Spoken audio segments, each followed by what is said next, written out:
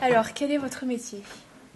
À mon métier, professionnellement, je suis avocat.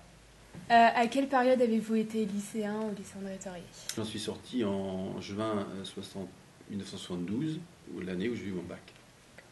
Quel était votre projet professionnel au lycée? C'est une période où on cherche un peu sa voie.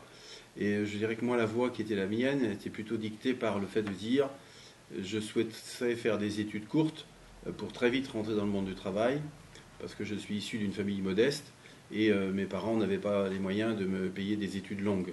Est-ce que vous avez déjà changé d'orientation?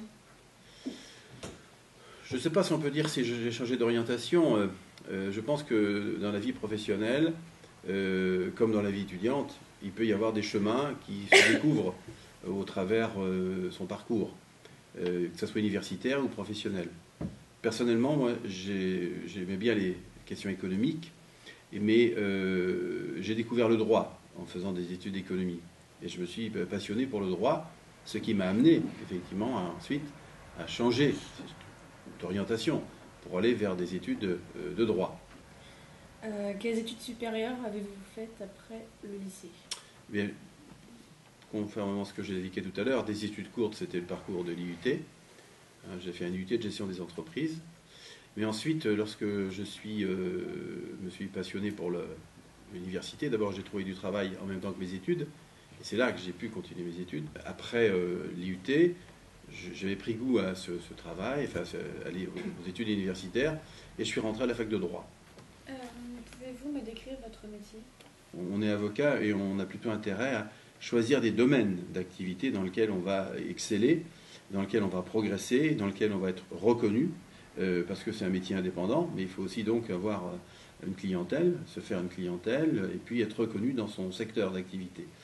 Donc moi, c'est ce que j'ai fait. J'étais plutôt avocat orienté vers l'entreprise, et plutôt ensuite sur un secteur d'activité qui était le secteur agricole et agroalimentaire. D'accord.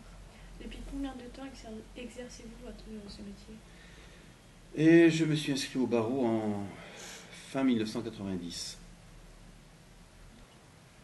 Quelles qualités et compétences faut-il avoir pour cette profession? D'abord, il faut travailler. Ça, c'est un axiome premier. Il ne faut pas ménager sa peine, parce que le droit bouge beaucoup. Donc ça veut dire que c'est une quête permanente de la connaissance. Ensuite, il faut, je pense, avoir des qualités d'écriture, de synthèse, l'expression orale, bien sûr. Quand on est avocat, il faut que le verbe soit plutôt bien porté.